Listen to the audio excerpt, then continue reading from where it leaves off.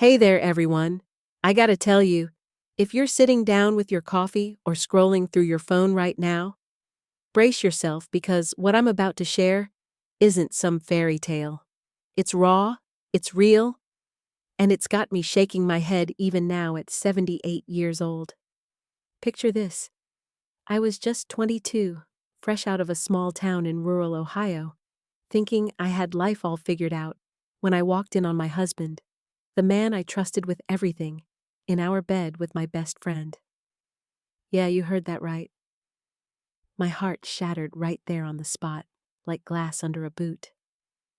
I stood frozen, feeling this wave of betrayal crash over me, wondering how the hell I'd ever pick up the pieces. Have you ever felt that kind of gut punch? That moment where your world flips upside down? Drop a comment below if you've been through something like that. I want to know, where are you watching from? Ohio? California? Hit that subscribe button if you haven't already, because stories like this, they remind us we're not alone. Let me take you back to where it all started, so you can feel it like I did. I grew up in this tiny farm town called Milford, Ohio. Nothing fancy, just cornfields stretching forever, the smell of fresh hay in the summer, and winters so cold they'd bite right through your coat. My folks were simple people. Dad worked the land from dawn till dusk. Mom kept the house running with homemade apple pie that could make you forget your troubles for a minute. I was the oldest of 5 kids, always the one helping out, milking cows before school, dreaming of something bigger. Life felt safe back then, predictable. But even as a kid, I sensed these little cracks. Dad's temper after a bad harvest. Mom's quiet tears when money was tight.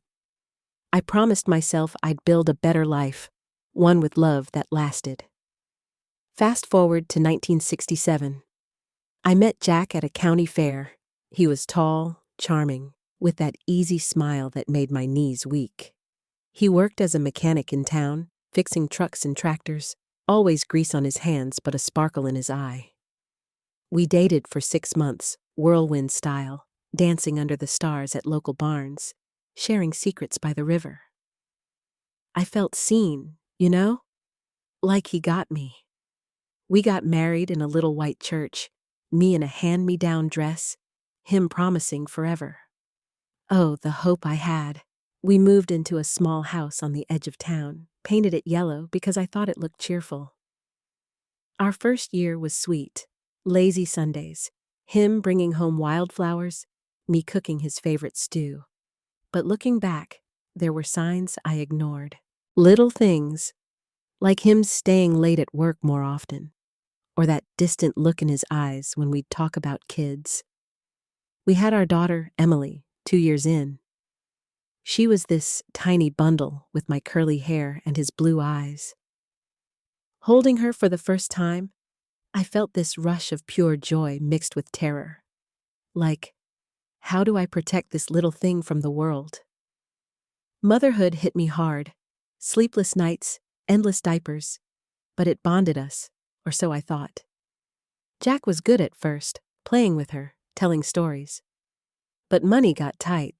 The farm economy dipped. His shop slowed down. We'd argue about bills, him snapping that I worried too much. I'd cry alone in the kitchen, feeling this knot in my stomach, wondering if this was normal.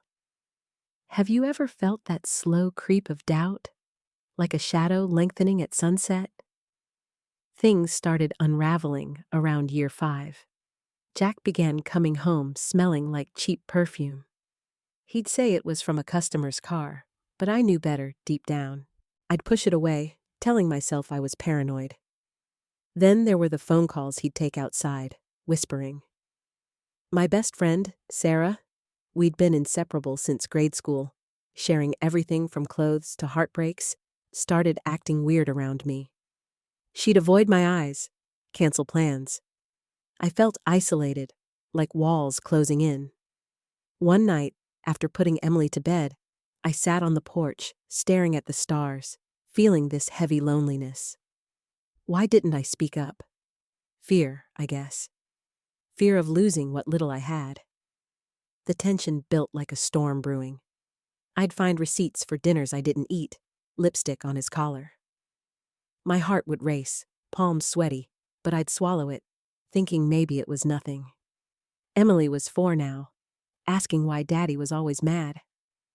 I'd hug her tight, whispering it'd be okay, but inside, I was crumbling. Then came the day that broke me. It was a rainy Tuesday. I came home early from my part-time job at the diner because Emily had a fever. Walked into our bedroom, and there they were, Jack and Sarah, tangled up like nothing mattered. Time stopped. My chest tightened, breath caught in my throat. I remember the rain pounding on the window, mirroring the storm inside me. Sarah gasped, pulling the sheet up. Jack just stared, mumbling excuses. I didn't scream. Not at first. I just felt this numb wave wash over me, then hot tears streaming down. What happened next? I grabbed Emily from her room, bundled her up, and drove to my parents' farm in the pouring rain. My hands shook on the wheel, vision blurred by tears. Pulling up to that old red barn, Mom opened the door, saw my face, and wrapped me in her arms without a word. Dad paced, furious, wanting to confront Jack, but I begged him not to. That night, I lay awake, replaying every moment. The laughs, the promises, the lies. The pain was physical, like a knife twisting. How could the people I loved most do this? Betrayal from one hurts, but from two, it shattered my trust in everything. The weeks after were a blur of agony. Jack called nonstop, begging forgiveness, saying it was a mistake. Sarah showed up at my parents' door, crying, claiming she was lonely too. I slammed it in her face, feeling this rage bubble up, not just at them, but at myself for being blind. Emily kept asking for Daddy, her little voice breaking my heart all over again. I felt worthless, like I'd failed as a wife, a mother. Sleepless nights turned into days where I'd stare at the wall, wondering if I'd ever feel whole. Friends in town whispered. Some took sides, others avoided me. The loneliness hit hardest, that empty bed, the quiet house without his laughter. But mixed in was this spark of anger, pushing me to fight. I filed for divorce, something unheard of in our small town back then. The courthouse felt cold, sterile. Signing those papers, my hand trembled. Jack fought it at first, dragging out custody talks, making me relive the hurt in front of strangers. He'd show up unannounced, pleading, but his eyes still held that guilt. During one hearing, he admitted the affair had gone on for months, right under my nose. Hearing it out loud, it was like reopening the wound. I broke down in the bathroom after, sobbing into my hands, feeling exposed and raw. But something shifted that day. As I wiped my tears, I looked in the mirror and saw not just pain, but strength. I wasn't going to let this define me. Living with my parents helped, but I needed my own space. I got a full-time job at a factory in nearby Dayton, packing boxes, backbreaking work, but it paid the bills. Emily and I moved into a tiny apartment above a grocery store. The stairs creaked, the walls were thin, but it was ours. Mornings were rushed, dropping her at daycare, rushing to work. But evenings? We'd read books, bake cookies, her giggles filling the emptiness. Still, doubts crept in. Was I enough for her? Nights alone, I'd cry into my pillow, missing the family I thought we'd have.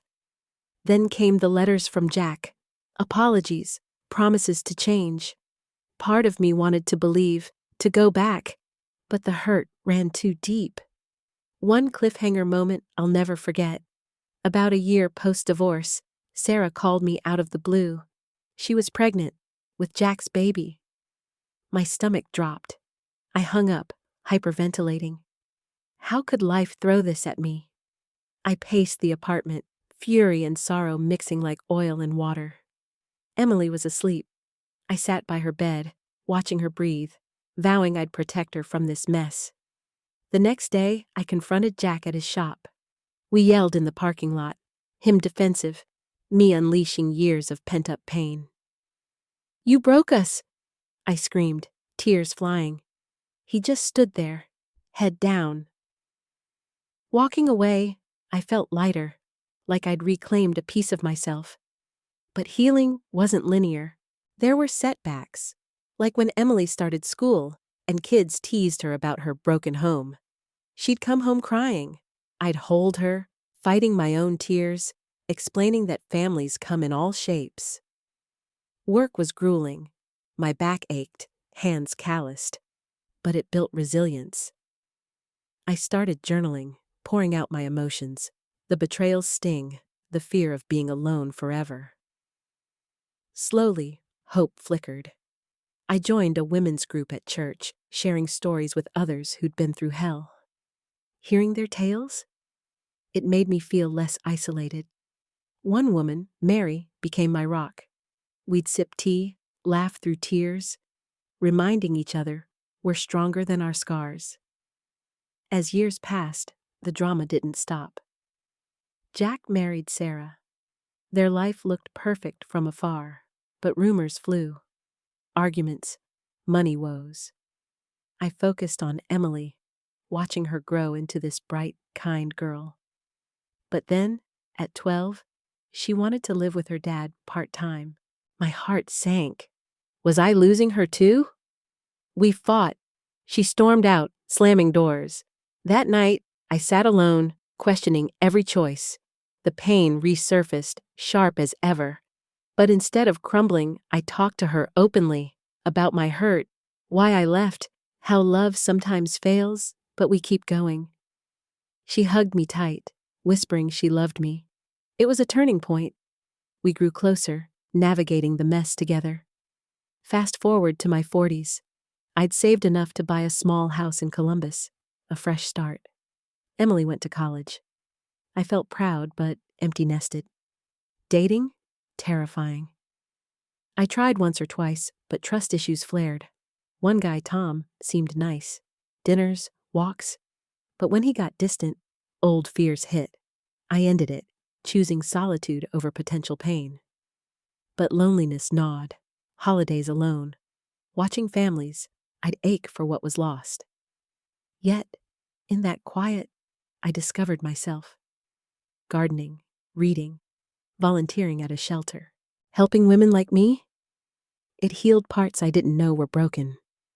The biggest high came when Emily graduated, beaming at me from the stage. "Mom, you're my hero," she said later, tears in her eyes. That moment, pure hope amid the scars. Jack? He faded. Their marriage crumbled eventually, Sarah leaving him. He reached out once, apologetic, but I forgave from afar, not for him, but for me. No more holding grudges. It was like lifting a weight. Now, at 78, looking back, life's been a roller coaster of heartbreak and triumphs. That betrayal? It nearly destroyed me, but it forged who I am. Tougher, wiser, full of empathy. I've got grandkids now, Emily's family thriving. I sit on my porch in Columbus, sipping tea, watching sunsets, feeling grateful for the journey. Pain teaches us, doesn't it? It shows our strength. If this story hit home, share yours in the comments. What's your biggest heartbreak, and how'd you rise? Subscribe for more real talks like this. You never know when it'll spark something in you. And hey, if you're in the US, drop your state. Let's connect. Life's too short for regrets. Grab your happiness, folks. Thanks for listening.